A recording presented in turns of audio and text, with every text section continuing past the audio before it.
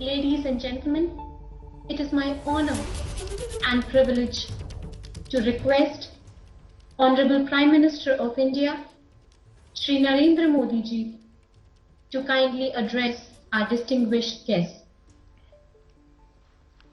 नमस्कार। देश विदेश में बसे मेरे सभी भारतीय भाइयों और बहनों, नमस्कार। आप सभी को 2021 की बहुत बहुत शुभकामनाएं। आज दुनिया के कोने कोने से हमें भले ही इंटरनेट से जोड़ा है, लेकिन हम सभी का मन हमेशा से मां भारती से जुड़ा है, एक दूसरे के प्रति अपनत्व से जुड़ा है।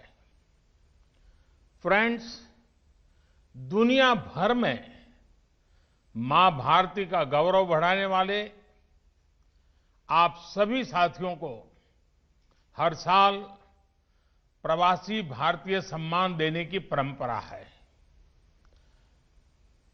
भारत रत्न स्वर्गीय अटल बिहारी वाजपेयी जी के मार्गदर्शन में जो यात्रा शुरू हुई, उसमें अभी तक 60 अलग अलग देशों में रहे करीब 240 महानुभावों को ये सम्मान दिया जा चुका है।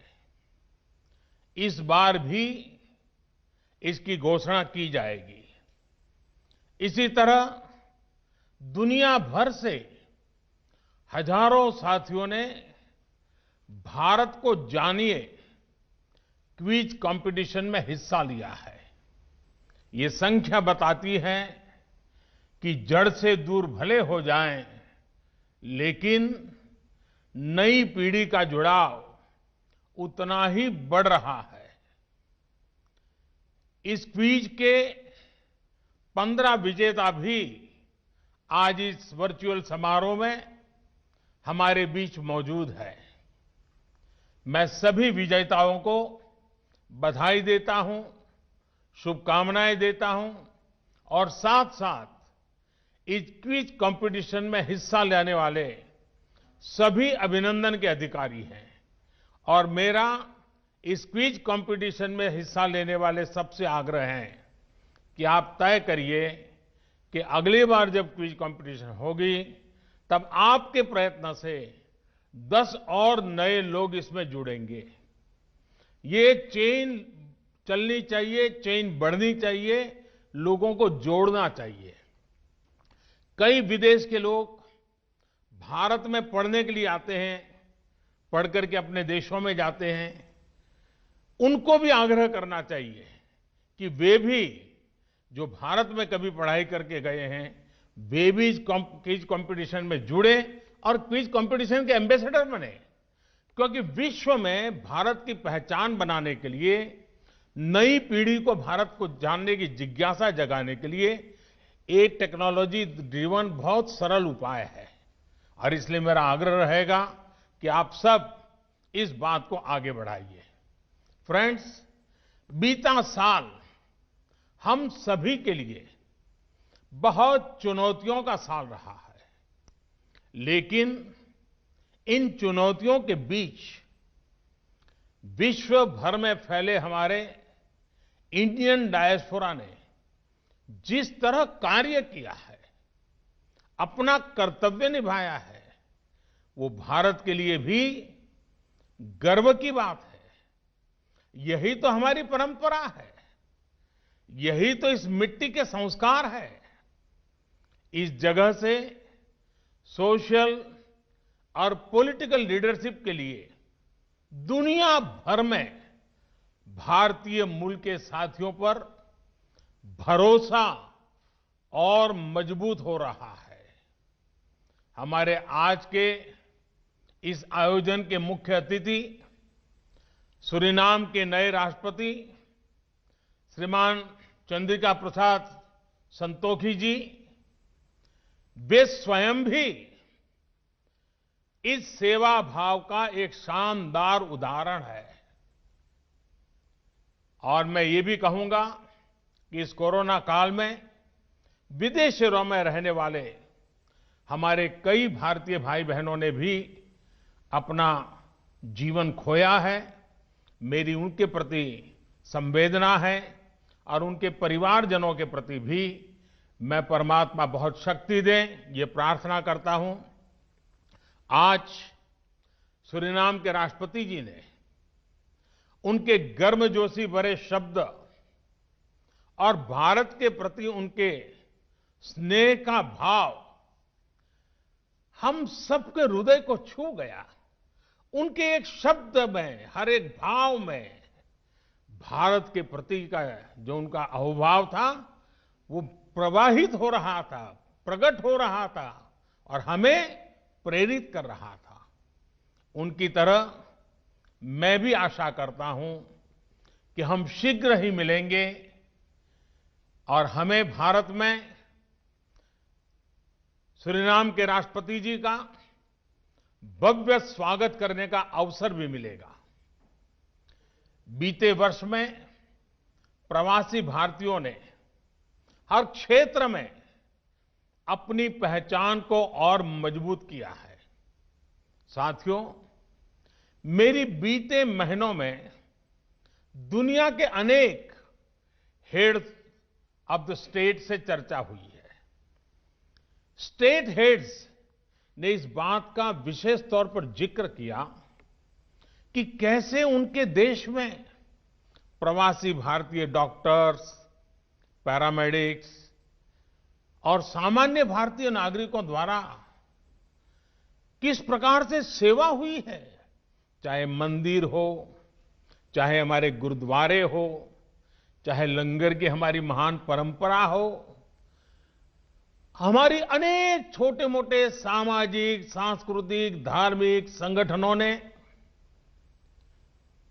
सेवा भाव में अगुवाई की है और हर नागरिक की सेवा करने का काम इस कठिन परिस्थिति में भी किया है। ये दुनिया के हर देश में जब मुझे सुनने को मिलता है, कितना गर्व होता है। और आप अंदाज लगा सकते हैं, जब फोन पर मैं आपकी प्रशंसा सुनता था और दुनिया के हर नेता काफी समय आप ही के गुणगान करता था, और ये बात जब मैं हमारे साथियों से बांटता था, हर किसी का मन खुशियों से भर जाता था, गौरव होता था। आपके ये संस्कार दुनिया के हर कोने में उजागर हो रहे हैं। कौन भारतीय होगा जिसको अच्छा न लगता होगा। आप सभी ने जहां आप रह रहे हैं वहां ही नहीं बल्कि भारत में, भारत की कोविड से चल रही लड़ाई में भी हर प्रकार से सहयोग किया है। पीएम केयर्स में आपने जो योगदान दिया वो भारत में हेल्थ इंफ्रा, उसको सशक्त करने में काम आ रहा है। इसके लिए मैं आप सभी का आभार व्यक्त करता हूं। साथियों, भारत के महान संत और दार्शनिक संत तिरुवल्लुवर ने दुनिया के सबसे प्राचीनतम भाषा, और ये हम गर्व से कहना चाहिए, दुनिया की सबसे प्राचीनतम भाषा तमिल, उस तमिल भाषा में संत तिरुवल्लुवर जी ने कहा है, केयडरियाक केट इड्डुतम वंड्रगुंडा नांडेनप नाटिन तलई।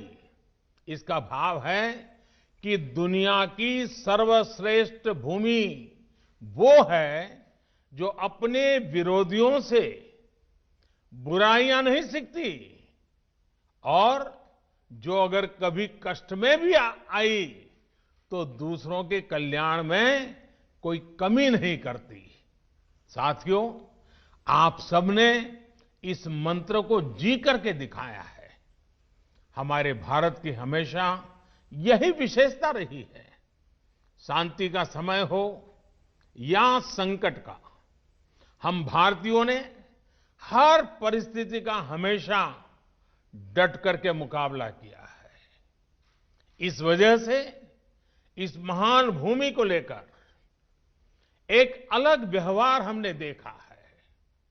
जब भारत ने कॉलोनियलिज्म के विरुद्ध मोर्चा खोला तो दुनिया के अनेक देशों में आजादी के संघर्ष के लिए ये प्रेरणा बन गया।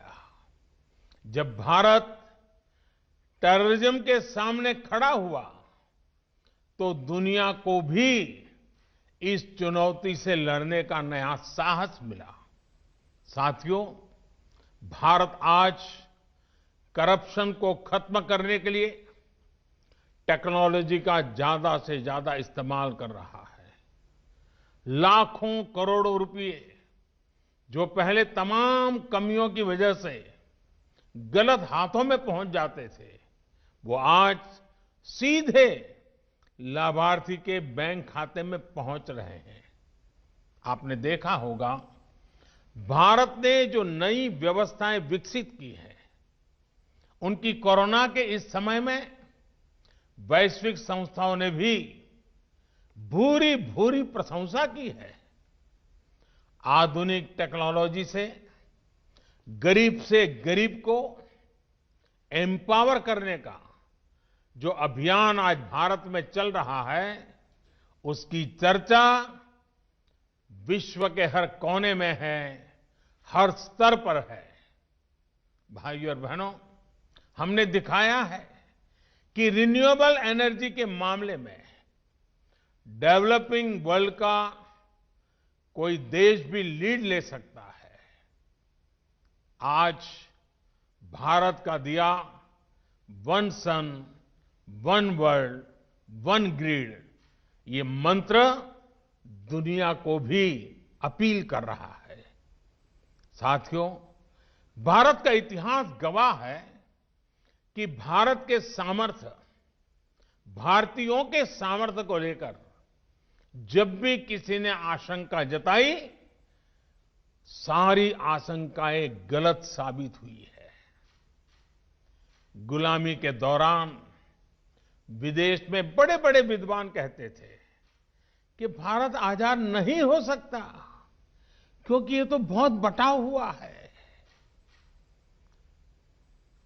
वो आशंकाएं गलत साबित हुई और हमने आजादी पाई।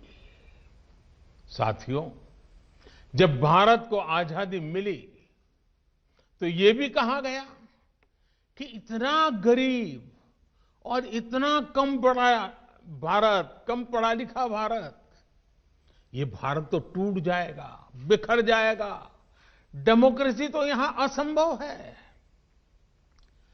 आज की सच्चाई यही है कि भारत एकजुट भी है और दुनिया में डेमोक्रेसी अगर सबसे मजबूत है, वाइब्रेंट है, जीवंत है, तो वो भारत ही है।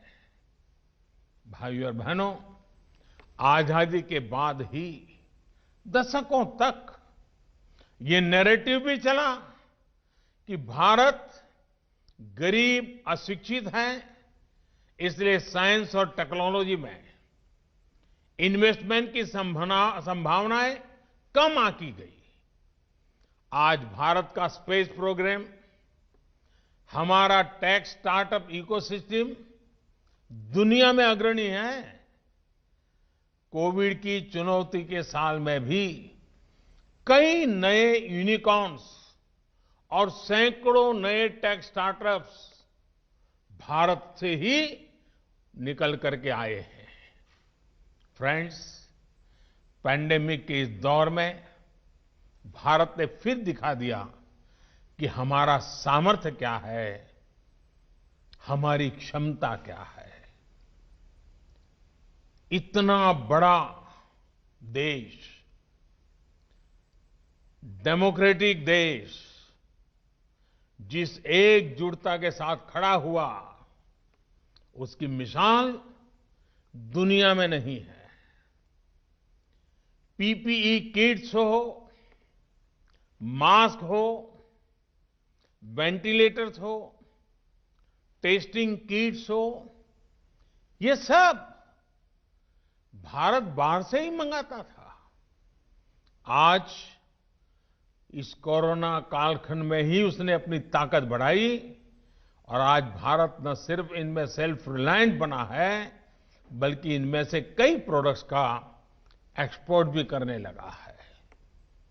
आज भारत दुनिया के सबसे कम फैटेलिटी रेट और सबसे तेज रिकवरी रेट उन देशों में भारत एक है।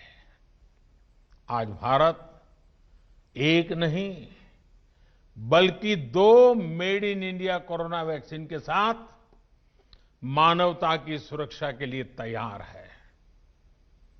दुनिया की फार्मेसी होने के नाते दुनिया के हर जरूरतमंद तक जरूरी दवाएं पहुंचाने का काम भारत ने पहले भी किया है और आज भी कर रहा है।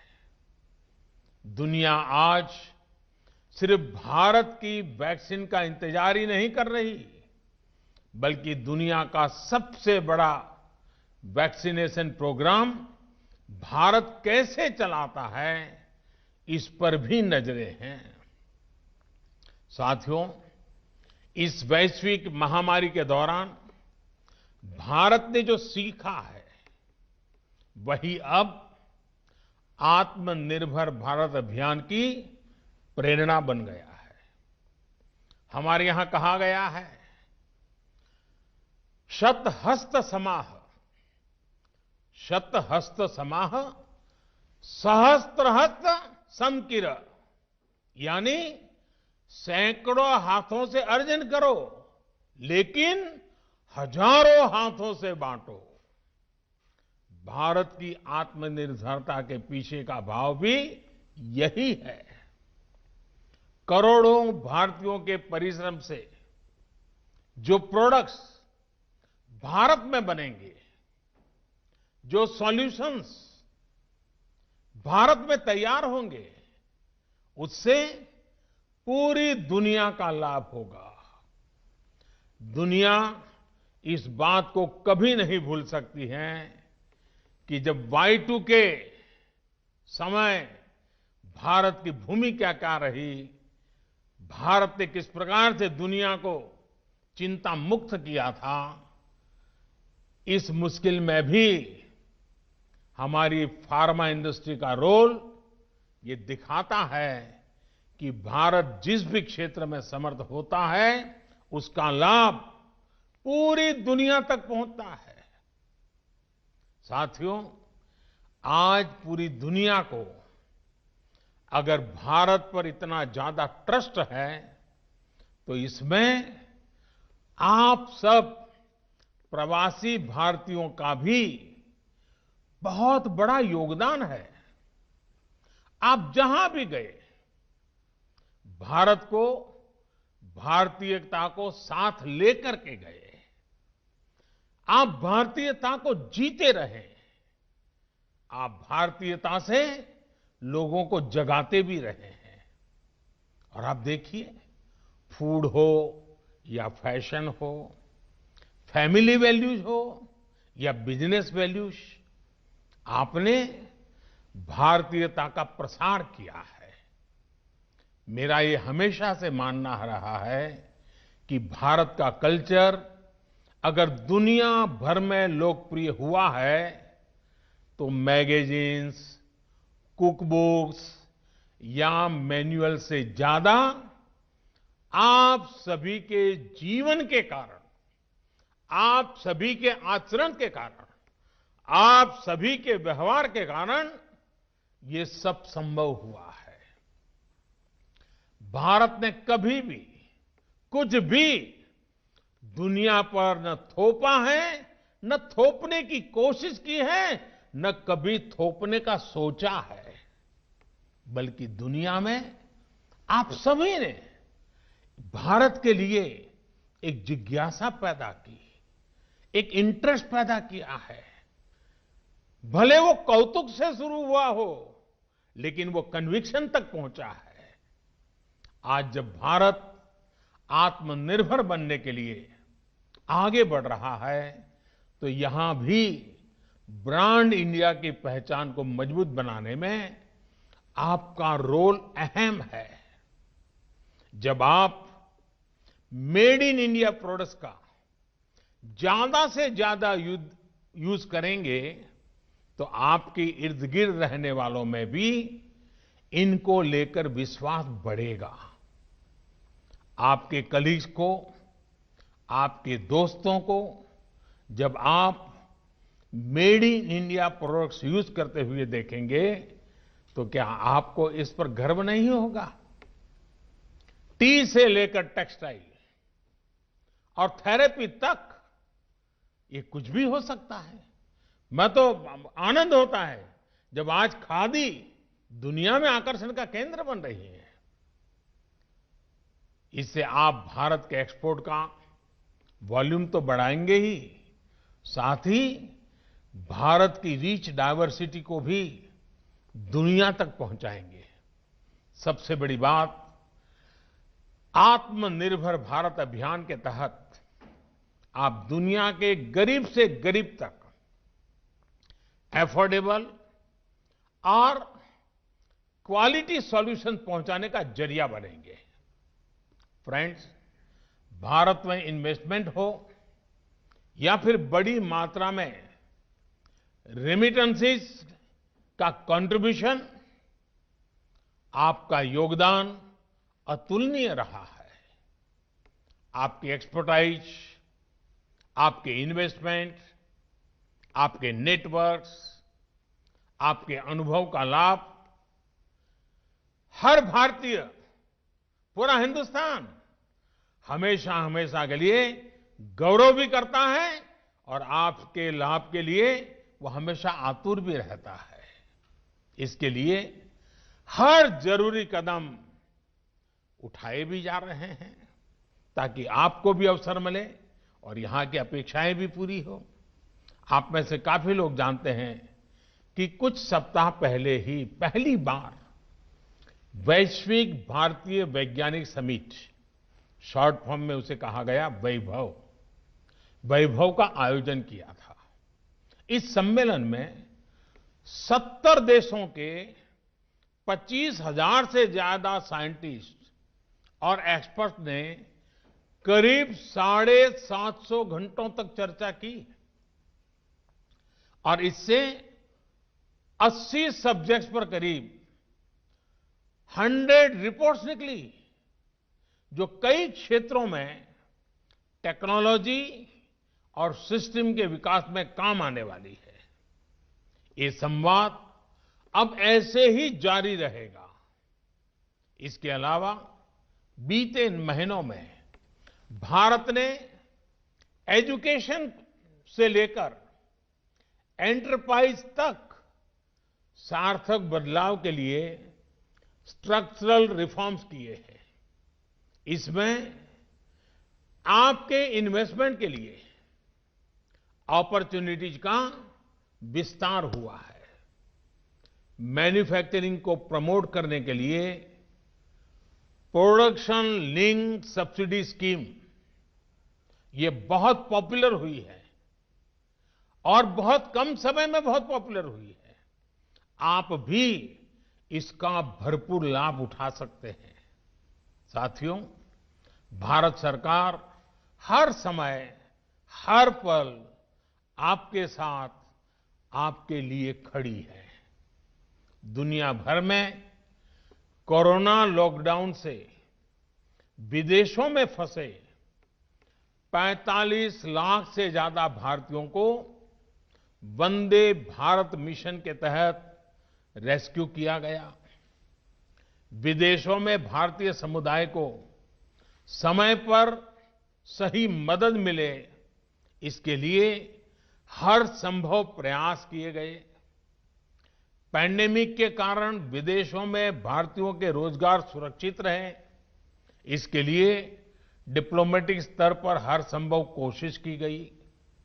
गल्फ सहित अनेक देशों से लौटे साथियों के लिए skilled workers arrival database for employment support यानी स्वदेश नाम की नई पहल शुरू की गई।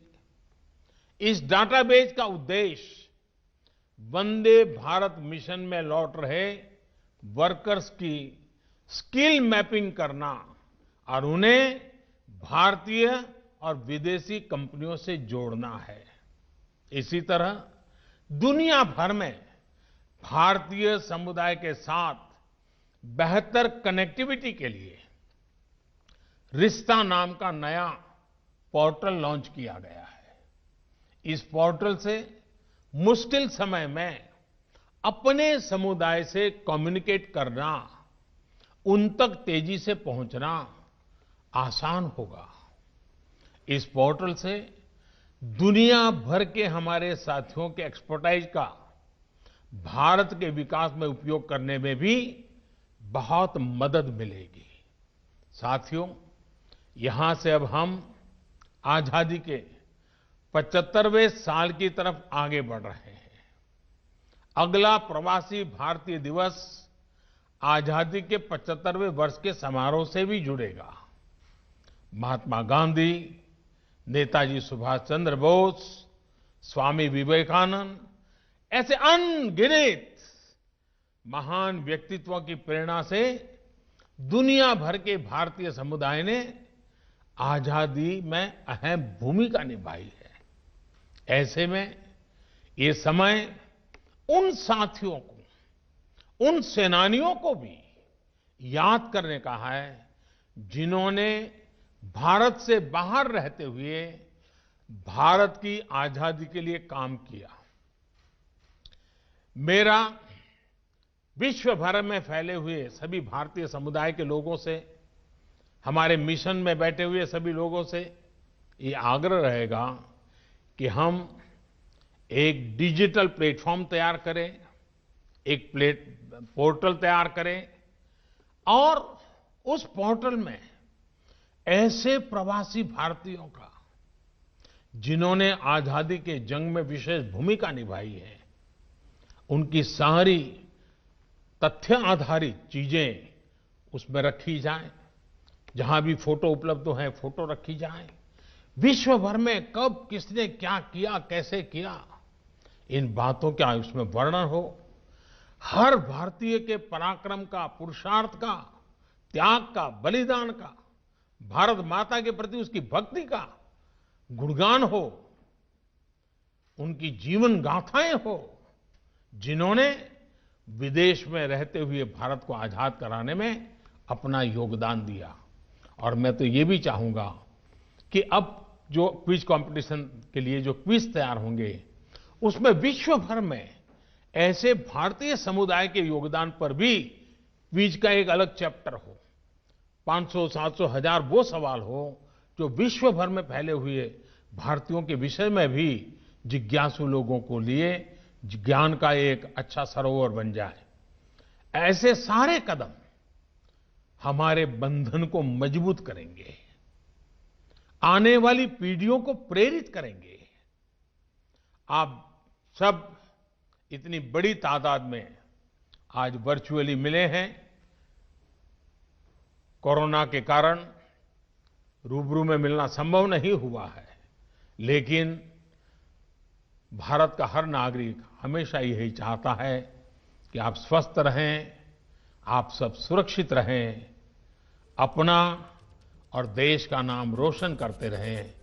इसी कामना के साथ मैं फिर एक बार सूरीनाम के राष्ट्रपति जी का हृदयपूर्वक आभार व्यक्त करता हूं। उन्होंने जो हम सबको प्रेरणा दी है, हमारे साथ जुड़े हैं, वे सचमुच में भारत का गौरव बढ़ाने वाले उन महापुरुषों में से एक हैं। मैं उनका भी विशेष धन्यवाद करता हूं और इसी कामना के साथ आप सबका बहुत बहुत धन्यवाद।